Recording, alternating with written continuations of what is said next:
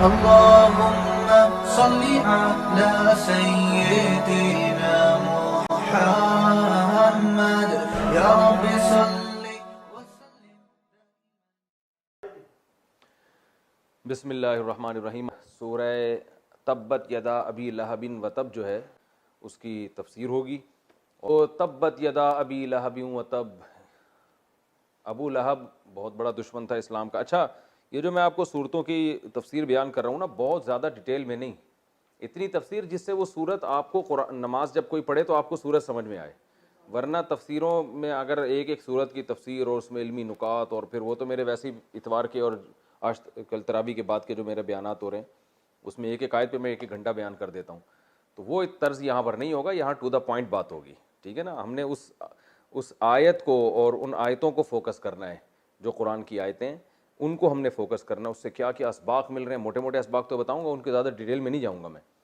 تو وہ ممکن ہے لوگ کہیں کہ ادھر جب ممبر پہ بیٹھتے ہیں تو تفسیر ایسی کہ ایک آیت میں پورے پورے 1.5 گھنٹے گزار دیتے ہیں، اور اب ایسے ہیں کہ اتنی مختصر تفسیر بیان کر رہے ہیں.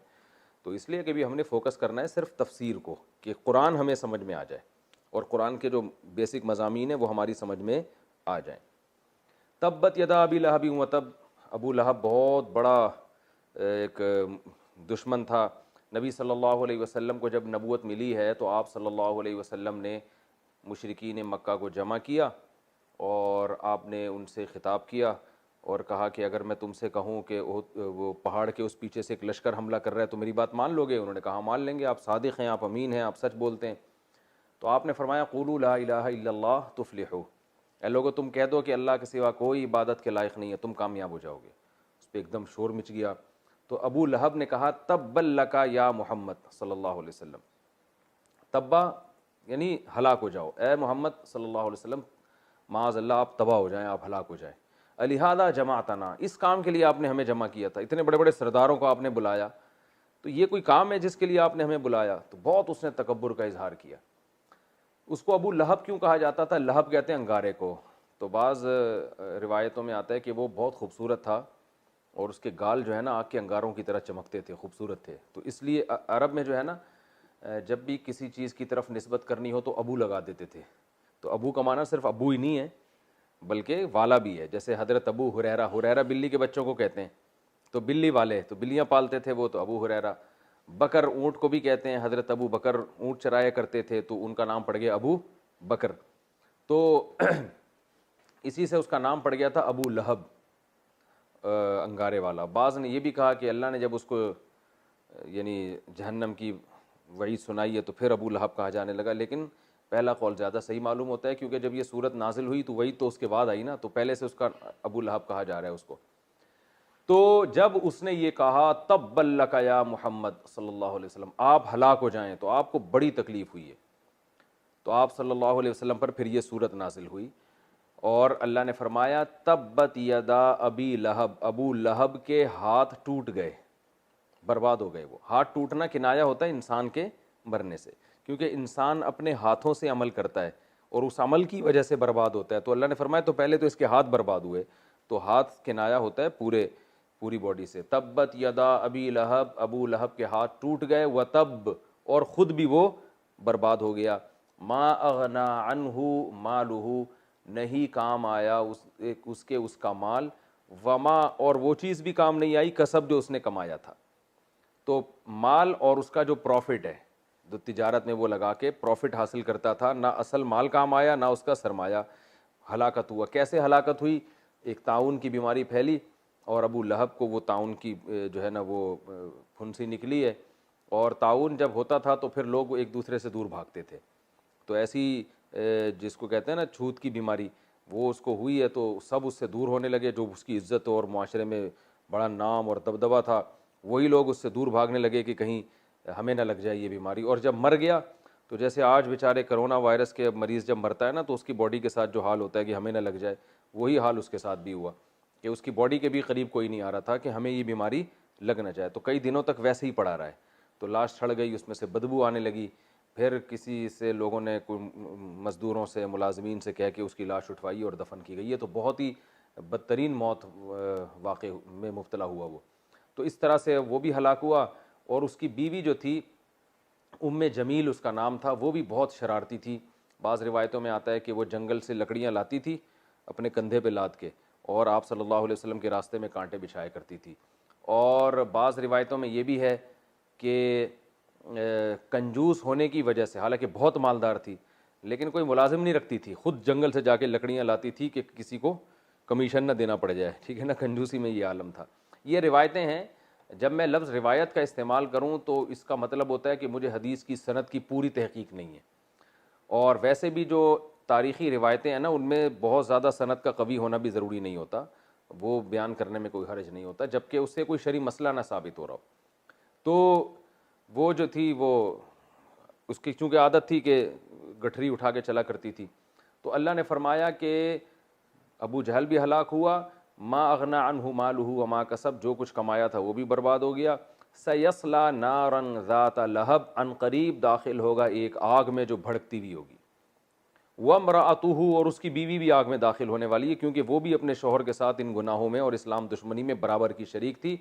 وامرأتہ حمالۃ الحطب، اور اس کی بیوی جب داخل ہوگی حمالۃ الحطب، لکڑیاں اٹھائے ہوئے داخل ہوگی۔ اب اس میں بعض روایتوں میں آتا ہے کہ اس لیے لکڑیاں اٹھائے ہوئے داخل ہوگی کہ وہ، ایک روایت میں آتا ہے کہ وہ لکڑیاں لے کے آ رہی تھی اور وہی پھندا اس کے گلے میں پھنسا اور لکڑیاں پیچھے کو گئیں تو گلا گھٹ کے وہیں موت واقع ہو گئی۔ تو کیونکہ اسی حال میں موت ہوئی تھی تو اللہ اسی حال میں اس کو اٹھائیں گے اور اسی حال میں جہنم میں بھیجیں گے۔ اور بعض نے کہا کہ حمالۃ الحطب کے لفظی معنی تو لکڑیاں اٹھانا ہے، لیکن یہ چغلی سے بھی کنایا ہے۔ عربی میں چغل خور کو بھی حمالۃ الحطب کہتے ہیں، اس لیے کہ حطب کہتے ہیں جو جنگل میں لکڑیاں، ہر طرح کی لکڑیاں اٹھاتا ہے۔ تو چغل خور بھی کیا کرتا ہے، بہت سارا جو غیبتیں کر کر کے نا، لوگوں کی ادھر ادھر کی برائیاں کر کے بہت سارا گناہوں کا بوجھ اپنے کندھے پہ ڈال لیتا ہے، تو اس کو بھی یہ کہا جاتا ہے کہ لکڑیاں اٹھانے والا، بوجھ اٹھانے والا۔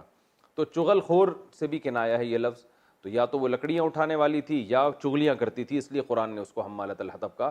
لیکن اسی صفت کے ساتھ اگر حمالۃ الحطب کا مطلب ہم چغل خور کرتے ہیں تو اس کا مطلب ہے کہ جب وہ جہنم میں داخل ہوگی تو اس صفت کے ساتھ داخل ہوگی، یعنی اس کا شمار چغل خوروں میں ہوگا۔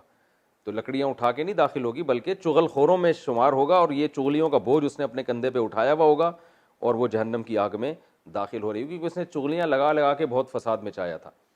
تو وامرأتہ حمالۃ الحطب فی جیدہا حبل من مسد، اور جب داخل ہوگی تو اس کی گردن میں رسی ہوگی بٹی ہوئی۔ تو اگر ہم حمالۃ الحطب کے معنی لکڑیاں اٹھانا ہی لیتے ہیں پھر تو اس کا مطلب بالکل واضح ہے کہ اس کی گردن میں جو ہے وہ بٹی ہوئی رسی ہوگی جو پھنس چکی ہوگی، جس سے وہ گلا گھونٹ کے مری تھی۔ اور اگر ہم اس کو کنایہ لیتے ہیں تو اس کا وہی مطلب ہے کہ وہ جو رسی ہے وہ ایک جو غیبتوں کا بوجھ اس نے اٹھایا ہوا ہوگا، اسی غیبتوں کے بوجھ کی رسی بھی اس کے گلے میں اٹی ہوئی ہوگی۔ تو بظاہر پہلا والا معنی زیادہ صحیح معلوم ہوتا ہے، کیونکہ جب کوئی کنایہ استعمال ہوتا ہے نا تو پھر اس میں اتنی زیادہ تشبیہات نہیں ہوتی۔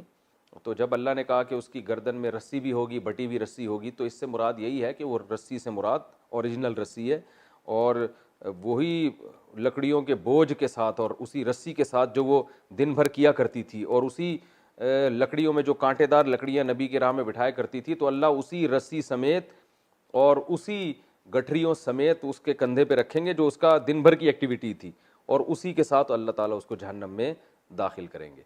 تو یہ اس صورت کی مختصر تفسیر تھی۔ اس صورت میں ہمیں علمی نکات کیا پتہ چلتے ہیں، فائدے کی چیزیں کیا پتہ چلتی ہیں۔ پہلی بات تو یہ پتہ چلتی ہے کہ تکبر بہت بری چیز ہے۔ ابو لہب نے نبی صلی اللہ علیہ وسلم کی بات سننے کے بعد اس کو چاہیے تھا کہ تھوڑی تحقیق کرتا کہ صحیح کہہ رہے ہیں غلط کہہ رہے ہیں، پہلی دفعہ میں اس نے انکار کر دیا اور نبی کا مذاق اڑانا شروع کر دیا۔ تو یہ کبر ہے، اور کبر اللہ کو پسند نہیں ہے۔ اور یہ کبر اس نے کیوں کیا؟ پیسہ تھا اس کے پاس، دولت تھی۔ تو دولت مند آدمی جو ہے وہ بات کو جلدی قبول نہیں کرتے، ان میں ایک تکبر ہوتا ہے۔ تو پہلا نقطہ کیا پتہ چلا؟ تکبر بری چیز ہے، انسان کو حق سے روکتی ہے۔ دوسرا، اکثر دولت جو ہے انسان کو متکبر بناتی ہے، کیونکہ اللہ کہہ رہا ہے کہ وہ اپنے مال کی وجہ سے نبی کی بات نہیں مانی نا۔ نبی مسکین شمار ہوتے تھے، غریب شمار ہوتے تھے، ابو لہب مالدار تھا، اس نے کہا میں ان کی بات کیوں مانوں؟ تو اللہ نے فرمایا کہ یہی مال اس کے کام نہیں آئے گا۔ تو پہلی بات پتہ چلی تکبر بری چیز ہے۔ دوسری بات پتہ چلی دولت اکثر تکبر کا ذریعہ بنتی ہے۔ تیسری بات پتہ چلی کہ بعض دفعہ اللہ تعالیٰ کسی بڑے آدمی کو دنیا میں ایسی سزا دیتے ہیں کہ عبرت کا نشان بن جاتا ہے، جیسے وہ ایسی وبائی بیماری میں آیا کہ لوگ اس سے جان چھڑا رہے ہیں۔ تو عمل اصل چیز ہے، اصل چیز ہے عمل. نبی نے فرمایا نا تعاون جب پھیلتا ہے تو عذاب ہے، لیکن یہی ایمان والوں کے حق میں کیا ہے؟ رحمت ہے. تو اب کوئی نیک آدمی کا انتقال ہوا، اس بیچارے کے ساتھ ایسا لوگ سلوک کر رہے ہیں، تو یہی چیز اس کے اور درجات میں بلندی کا ذریعہ بنے گی. اللہ کہیں گے تمہارے عمل اچھے تھے اور تمہیں عزت کے ساتھ دفن نہیں کیا گیا، تو اس کا میں تمہیں نعم البدل دوں گا. لیکن بعض دفعہ گناہوں کی وجہ سے عزت کے ساتھ دفن نصیب نہیں ہوتا، اس کی وجہ گناہ ہوتے ہیں. تو ابو لہب جو تھا اس کو عزت کی موت اور عزت کے ساتھ دفن نصیب نہیں ہوا. تو یہ اس لیے نہیں کہ درجات بلند ہو، بلکہ اللہ نے دنیا میں عبرت کا نشان بنا دیا کہ جو کبر تھا آج میں نے اس کا تکبر توڑ دیا ہے. تو اصل مدار اعمال پر ہے. یہ تیسرا نقطہ پتہ چلا. اور چوتھا نقطہ جو ہے نا، قرآن سے دوسری جگہ پر پتہ چلتا ہے کہ جو میاں بیوی کا رشتہ ہے نا، اگر یہ دنیا میں نیک اعمال اختیار کرتے ہیں تو جنت میں بھی اکٹھے ہی داخل ہوں گے، اور جب دنیا میں دونوں اکٹھے برے ہیں تو جہنم میں بھی اکٹھے ہی اللہ داخل کرے گا. احشر الذین ظلموا وازواجہم وما یعبدون. اللہ نے فرمایا قرآن میں دوسرے مقام پر آتا ہے سورہ صافات میں کہ جو ظالم لوگ تھے ان کو ان کی بیویوں سمیت جہنم میں داخل کرو. تو چونکہ یہ رشتہ ایسا ہے نا، دنیا میں ساتھ رہتے ہیں، تو بعض میاں بیوی ایسے ہوتے ہیں ان میں آپس میں ذہن بہت ملتا ہے. تو بعض کا اچھی چیزوں میں ملتا ہے، بعض کا بری چیزوں میں ملتا ہے، اور بعض کا ملتا ہی نہیں ہے، جو کہ آج کل زیادہ تر ایسے ہی چل رہا ہے مارکیٹ میں. تو جن کا اچھی چیزوں میں ملتا ہے وہ رات کو تہجد بھی اکٹھے پڑھ رہے ہوتے ہیں، اور ایک تبلیغ میں بھی اکٹھے جا رہے ہوتے ہیں، خیر میں بھی. دیکھا ہے ہم نے معاشرے میں ایسے میاں بیوی کو، بہت تھوڑے سے ہی ہو گئے ہیں لیکن بہرحال ہوتے ہیں، کہ جو ان کی ایک ہی موٹیو ہوتا ہے، ایک ہی سوچ ہوتی ہے، اسی کو سامنے رکھ کر اپنے بچوں کی تربیت کر رہے ہوتے ہیں، اسی کو سامنے رکھ کر دین کی تبلیغ کر رہے ہوتے ہیں، ایک دوسرے میں معاون مددگار بنتے ہیں. تو جب یہ جنت میں جائیں گے تو اللہ کہے گا جنت میں بھی اکٹھے ہی داخل ہو. تو اور اسی طرح بعض ہوتے ہیں جو اسلام کے خلاف سازشیں کر رہے ہوتے ہیں، برائی کر رہے ہوتے ہیں، دونوں اس برائی میں برابر کے شریک ہوتے ہیں. تو ابو لہب اور اس کی بیوی کی ایک ہی موٹیو تھا، ایک ہی ہدف تھا، ایک ہی ویژن تھا کہ بھائی کسی طرح اسلام کو ختم کیا جائے. تو اللہ فرماتے ہیں ایک ہی ویژن تھا نا، دنیا میں اکٹھے رہتے تھے تو آگ میں بھی اکٹھے ہی داخل ہو گئے. تو یہ ہمیں جو ہے نا سورہ لہب سے اسباق ملتے ہیں.